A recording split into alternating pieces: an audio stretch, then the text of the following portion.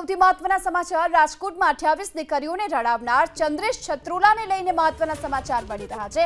આયોજક ચંદ્રેશ છત્રોલાએ ગઈકાલે હોસ્પિટલમાં સારવાર લીધી હતી। આનંદ બંગલા ચોકમાં રઘુવીર હોસ્પિટલ આવેલી છે, જ્યાં ચંદ્રેશે સારવાર લીધી હોવાનું સામે આવ્યું છે અને આ રઘુવીર હોસ્પિટલના સંચાલકોએ આ સમગ્ર માહિતી જાણકારી હાલ પોલીસને આપી છે, જેના સીસીટીવી ફૂટેજ પણ સામે આવ્યા છે। આયોજક ચંદ્રેશ છત્રોલા જેણે ગઈકાલે હોસ્પિટલમાં સારવાર લીધી હતી, જેના સીસીટીવી ફૂટેજ પણ સામે આવ્યા છે। આનંદ બંગલા ચોકમાં આવેલી રઘુવીર હોસ્પિટલમાં ચંદ્રેશ છત્રોલા જે સારવાર લેતો હતો એ પ્રકારના દ્રશ્યો સામે આવ્યા છે। વધુ વિગતો મેળવીએ સંવાદદાતા પરાક્રમસિંહ જાડેજા આપણી સાથે જોડાઈ ચૂક્યા છે। પરાક્રમ, ક્યારે આ ચંદ્રેશ છત્રોલા હોસ્પિટલમાં દાખલ થયો હતો અને ક્યારે ત્યાંથી ફરાર થયો? ચોક્કસ અત્યારે ચંદ્રેશ છત્રોલા સવારે ફરાર થઈ ગયો છે। સીસીટીવીમાં તે સારવાર લેતો હોય રાજકોટની અંદર વહેલી સવારે તે સારવાર લેતો હોય તે પ્રમાણેના સીસીટીવી સામે આવ્યા છે, પરંતુ ત્યારબાદ તે અત્યારે ફરાર થઈ ગયો છે।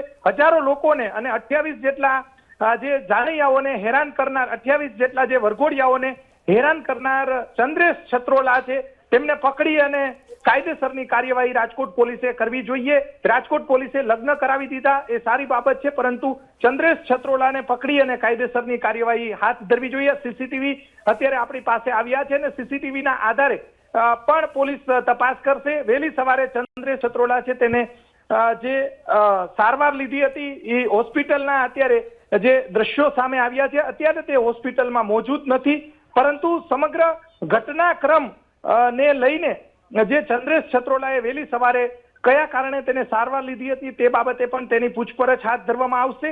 આ પૂછપરછ હાથ ધરવી જોઈએ, પરંતુ અનેક દીકરીઓને હેરાન કરનાર ચંદ્રેશ છત્રોલા છે તેને પકડી તેના જે સાગરીતો છે, તેના સાથીઓ છે, આયોજકો છે, તેને પકડી અને કાયદેસરની કાર્યવાહી એક વરઘોડિયા પાસેથી 30 હજાર રૂપિયા લઈ અને ચંદ્રેશ છત્રોલા છે તે ફરાર થઈ ગયો છે। રાજ્યના ગૃહ વિભાગે ગંભીરતા દાખવી અને ચંદ્રેશ છત્રોલા જેવા બીજા છત્રોલા ઉભા ન થાય, બીજા આવા ચંદ્રેશ ઉભા ન થાય તે માટેની કાર્યવાહી જે પોલીસે કરવી જોઈએ।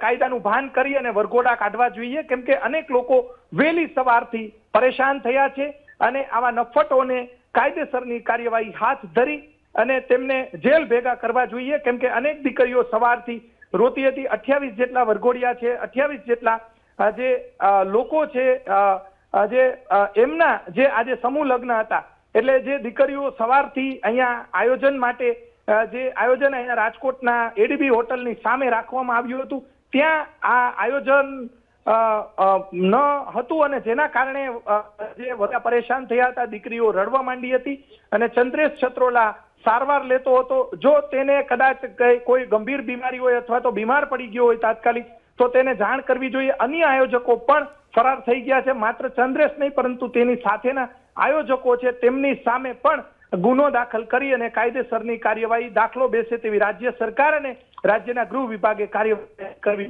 જોઈએ। જી, આભાર આપનો આ સમગ્ર માહિતી બદલ।